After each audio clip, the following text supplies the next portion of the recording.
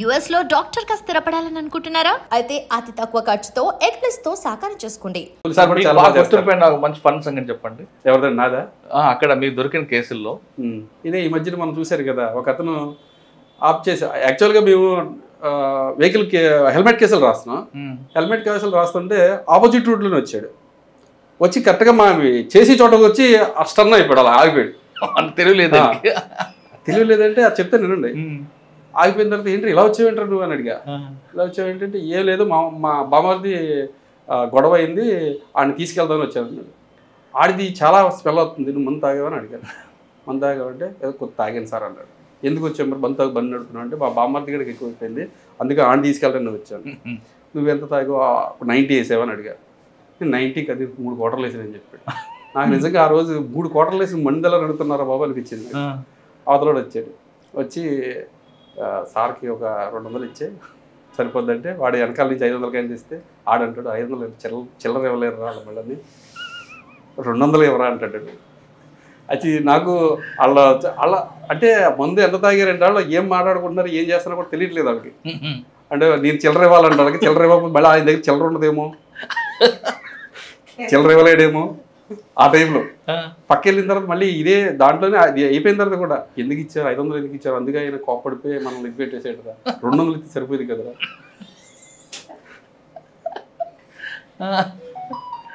యాక్చువల్గా ఏంటంటే అది గొడవ, అది ఫస్ట్ ఇంకొక అతను గొడవ అయితే ఈడు వచ్చాడంటే వచ్చి ఇది చేసాడు. తర్వాత మళ్ళీ మీ అమ్మ నాన్న ఇప్పుడు ఇదే పొజిషన్లో వదిలేమంటున్నాడు, ఇదే పొజిషన్లో మీ అమ్మ నాన్న ఎవరో అక్కడ గుద్దేసిన తర్వాత ఆడికి కూడా ఒక 500 తీసుకుని పంపించేస్తావని అడిగాను. సార్ నాకు అమ్మ నాన్న లేరండి. అమ్మ నాన్న లేరు పని, అమ్మ నాన్న లేనప్పుడు ఎలా ఉండాలంటే అది ఏదో సమాధానం చెప్పిన తర్వాత కాసేపిన తర్వాత అంటాడు మా అమ్మగారు కాళ్ళు బాల్ వేస్తారు తీసుకురాడు. ఇప్పుడే కదా మరి అమ్మ నాన్న లేరని అంటే అమ్మ కాదు సార్ మామ అంటాడు వాళ్ళని.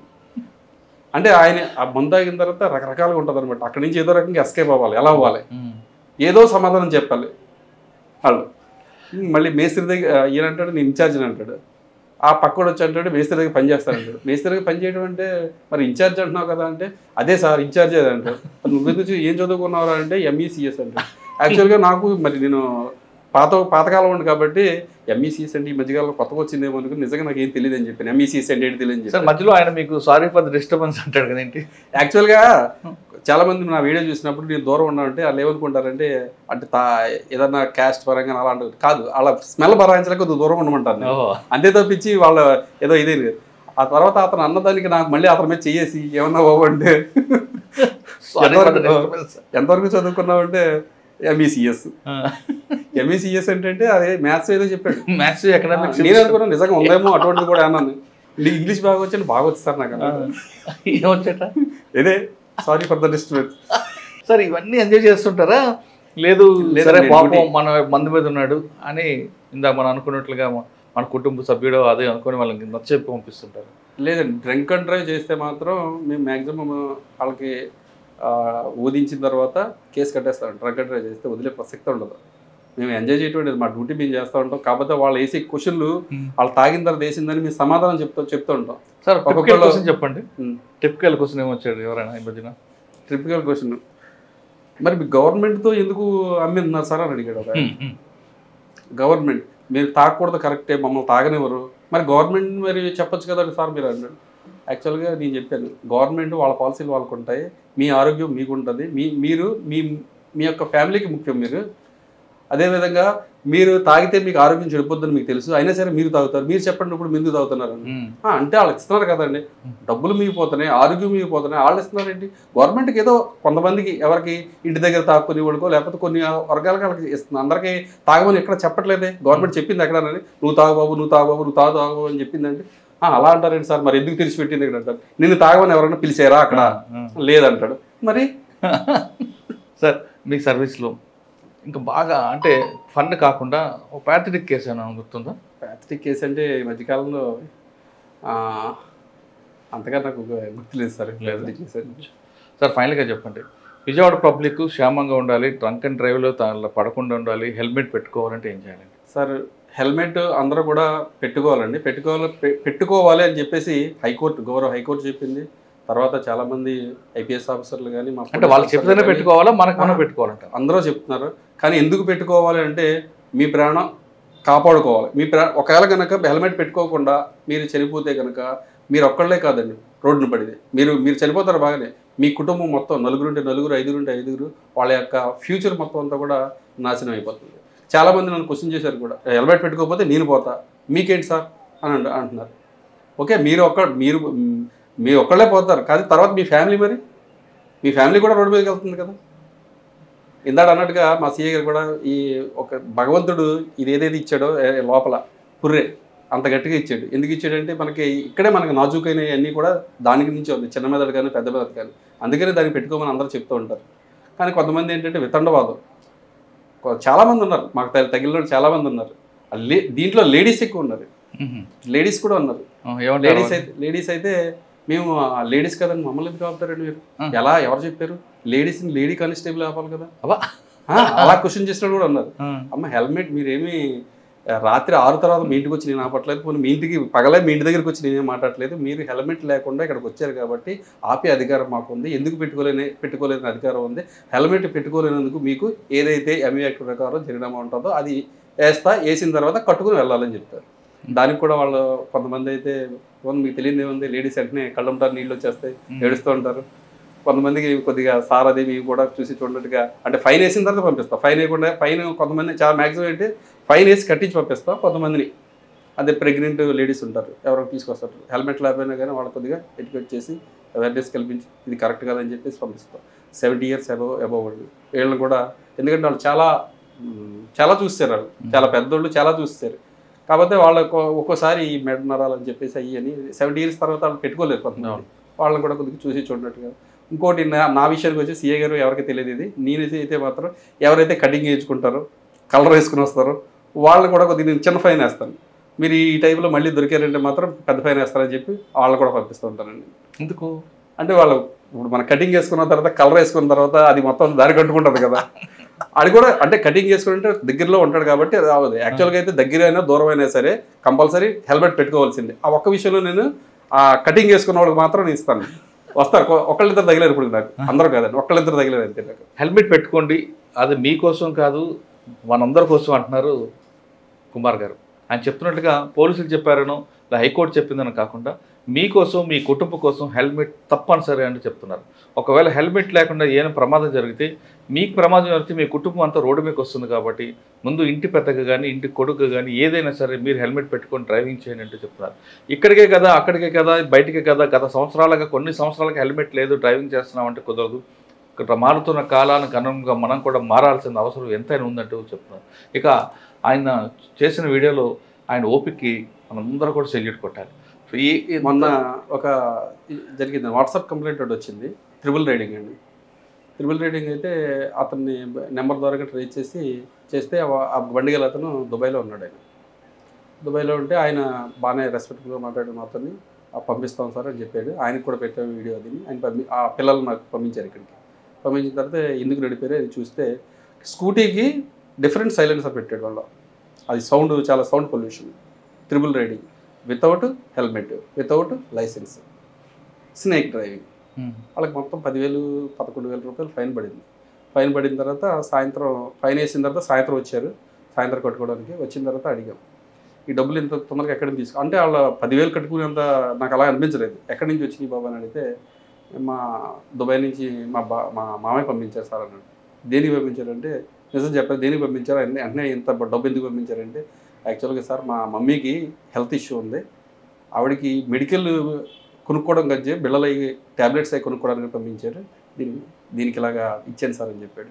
నాకు కూడా చాలా బాధ వేసింది. కానీ మీకైనా బాధ వేస్తుంది వేయట్లేదా, ఆవిడ ఒక నెల లేదా 2 నెలలకు సంబంధించిన ట్యాబ్లెట్స్ సంబంధించిన ఆవిడ ఆరోగ్యం ఆవిడ ప్రాణాన్ని కూడా లెక్క చేయకుండా మీకు ఇచ్చింది అంటే వాళ్ళు నటించారు. తర్వాత రోజు మళ్ళీ సేమ్ పర్సన్స్ మళ్ళీ నలుగురు నాకు మళ్ళీ ఇక్కడ సీతన్పేట గేట్ దగ్గర ఎవరితో కనిపించారు. కాకపోతే మాకు పట్టుకోలేకపోయాం. అప్పుడు జడ్జెస్ మూమెంట్ జరుగుతుందని చెప్పి వేవి మూమెంట్ ఉండిపోయాను.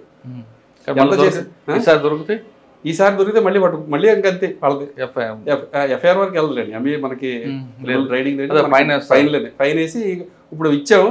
అప్పుడు 1 నెల రోజులు 2 నెలలు ఇక్కడ పెడతారు తొందరగా ఎవరు. ఇంకా ఆయన చెప్తున్నట్లుగా ప్రతి వ్యక్తిలో కూడా కష్టం ఉంటుంది, కానీ హెల్మెట్ ఒకటి మస్ట్ వాడండి. మీరందరూ క్షేమంగా ఉండాలంటే, ఇంటి నుంచి వెళ్ళిన వ్యక్తి క్షేమంగా రావాలంటే ట్రాఫిక్ రూల్స్ పాటించండి అంటున్నారు కుమార్ గారు. ఇక బెజవాడ పోలీసులు చేస్తున్న అవేర్నెస్ క్యాంప్ మాత్రం రాష్ట్రం అంతా కూడా ఒక మోడల్గా తీసుకొని ఖచ్చితంగా అందరూ అమలు చేస్తే గత ఆంధ్రప్రదేశ్ రాష్ట్రంలో రోడ్డు ప్రమాదాలు కంప్లీట్గా కాకపోయినా కొంతవరకు తగ్గుతాయనే విషయం చాలా స్పష్టంగా తెలుస్తుంది. ఇది కుమార్ గారితో ఎక్స్క్లూజివ్. వచ్చే వారం మరొక ఇష్టం మళ్ళీ కలుద్దాం. నమస్తే, థ్యాంక్ యూ అండి, thank you very much, all the best అండి. మంచి పేరు తెచ్చుకుంటున్నారు. Thank you sir.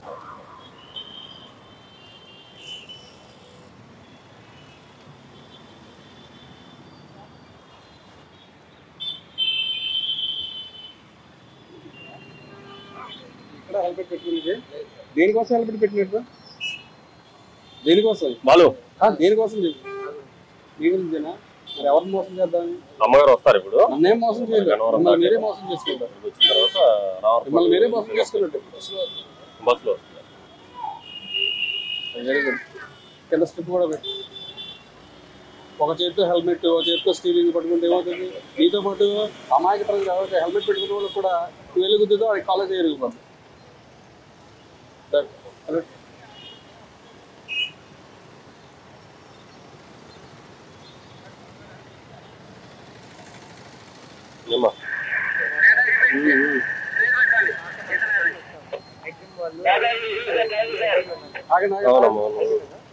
అక్కడి నుంచి ఇలా తీసుకున్నారు. పెద్దోడు తీసుకున్నాడు. ఎవరు? వెంకటేష్. విక్టర్ వెంకటేష్ కదా పెద్దోడు. హెల్మెట్ ఏదండి? ఎక్కడండి? ఇక్కడే ఇక్కడే. మీకు అది కదండి, బయటకు వచ్చినప్పుడు హెల్మెట్ పెట్టుకోమని పదే పదే చెప్తున్నాం. ఇదే జంక్షన్ లో రోజుకి 60,000 రూపాయలు. అయినా కానీ మీరు ఇప్పుడు కూడా మళ్ళీ ఇక్కడే అన్నారు. పెద్దోడు తీసుకున్నారు. విక్టర్ వెంకటేష్ గారు పెద్దోడు అండి. మరి ఎవరండి మరి? చిన్నోడా?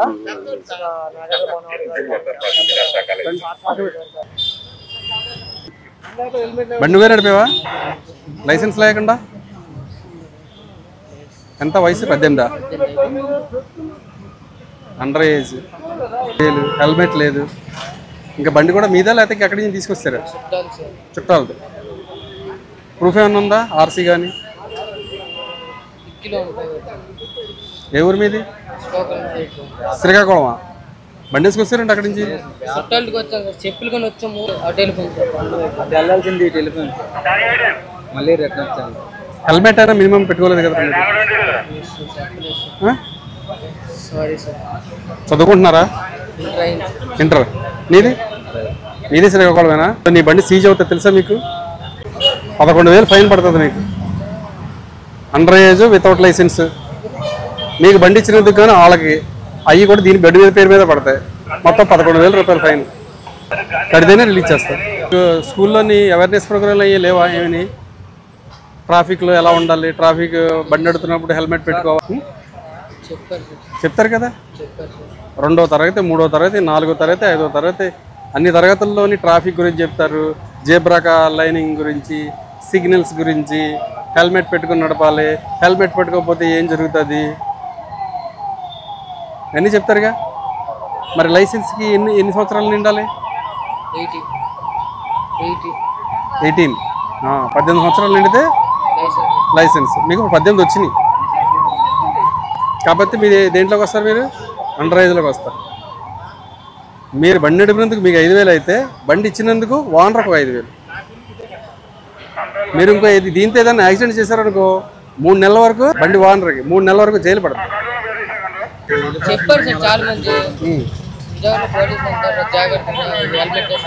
మరి అయినా సార్ జాగ్రత్త తీసుకోలేదు. మరి దగ్గరికి వచ్చాం సార్, చెప్పులు కొనుక్కున్న తర్వాత దారి మర్చిపోతాం. మరి వెళ్ళండి, మీ పెద్దోళ్ళకి ఫోన్ చేసుకోండి. బండికి ఇలాగ ఫైన్ పడింది, ఇంత ఫైన్ కడితేనే కానీ ఏమనంటున్నారు, ఏం చేయాలో కనుక్కోండి. లేకపోతే కనుక ముత్యాలంపాటు ట్రాఫిక్ స్టేషన్ సాయిబాబా గుడి పక్కన ఉంటుంది, అక్కడికి రండి సాయంత్రం మీ పెద్దోళ్ళు తీసుకుని. ఓకే, వెళ్ళండి. లైసెన్స్ ఉందా మీకు? లైసెన్స్ లేదా? వయసు ఎంత? 27. హెల్మెట్ కాళ్ళ దగ్గర ఎంత పెట్టుకున్నారు? ఇప్పుడు వచ్చేటప్పుడు తీసాను. ఇప్పుడే అంటే నేను చూస్తున్నప్పుడు నాకు తెలియాలని చెప్పి హెల్మెట్ తీసి నాకు పట్టుబడాలని చెప్పి బ్యాటరీ ఉంది, మన బ్యాటరీ డెలివరీ ఇచ్చేసి వీటి నుంచి వస్తాం. అదే ఇక్కడ పోలీసులు పట్టుకుంటారా లేదా అని చెప్పేసి కాళ్ళ దగ్గర పెట్టారా? లేదు, మామూలు ఇప్పుడు మామూలు తీసాను. ఇక్కడ మామూలుగా బండి ఇక్కడ డెలివరీ కోసం అని చెప్పి తీసి వస్తున్నాను. పక్కనే స్టోర్ మాది ఆర్కే కంప్యూటర్స్ కూర్చొని చెప్తున్నామని చెప్పి మరి హెల్మెట్ పెట్టుకోవాలి కదా నీ? పెట్టుకోవాలి. ఇక్కడ డెలివరీ చేసి ఇప్పుడు చేసాను సార్. లైసెన్స్ లేదు. లైసెన్స్ లేకపోతే ఫైన్ ఎంత పడుతుంది తెలుసా? ఎంత? అన్నీ నాలెడ్జ్ ఉంది. 5,000 రూపీస్ లైసెన్స్ లేకపోతే. మరి డెలివరీ కోసం ఇచ్చేసి ఇక్కడ బండి నడపాలంటే ముందు లైసెన్స్ ఉండాలి అక్కర్లేదా? హెల్మెట్ అయితే చాలా దూరం ఇంకా ఉండాలిగా. మరి ఏది లైసెన్సే లేదు, ఇంకా హెల్మెట్ అయితే కాళ్ళ దగ్గర పెట్టారు. అంటే వైలేషన్ చేస్తే మేము పట్టుకోవా ట్రైల్ వేస్తారు. ఏది మన ఆలీ గారు ఏదో చెక్ చేస్తాడు కదా, మిషన్ పని చేస్తుందో లేదో అలాంటి కాదు. ఆ టైప్లో మమ్మల్ని అయినా చెక్ చేస్తున్నారు. ఇలా పట్టుకుంటారా పట్టుకోరా, ఫైన్ వేస్తారా వేయరా? ఫైన్ అయితే కట్టుకుని వెళ్ళాలి. మరి మీరు వైలేషన్ అదే ఎలా ఉండవు sir helmet?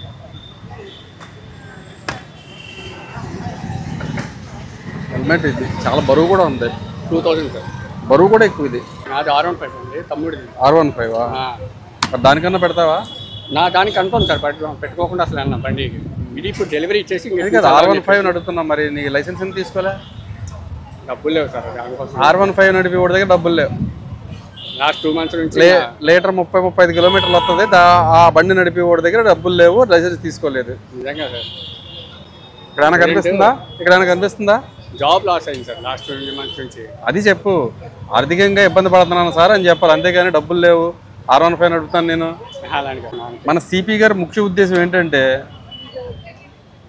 Minimum and maximum city లిమిట్స్లో ఇక్కడ హెల్మెట్ కంపల్సరీ పెట్టించుకోండి. హెల్మెట్ పెట్టుకోకపోతే కంపల్సరీ ఫైన్ పడుతుంది. ఫైన్ అయితే కట్టుకుని వెళ్ళాలి. ఇప్పుడు మీరు లైసెన్స్కి ఎంత పడుతుంది? 5,000. 2 కలిపి 6,000 ఫైన్ కట్టుకుని వెళ్ళాలి.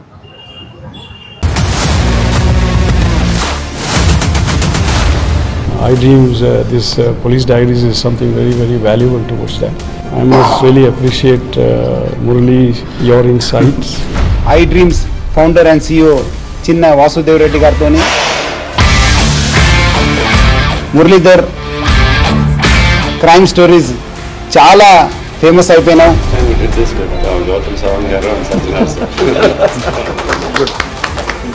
Well done. Congratulate him for doing so well. And I congratulate him, his boss also, for doing so well.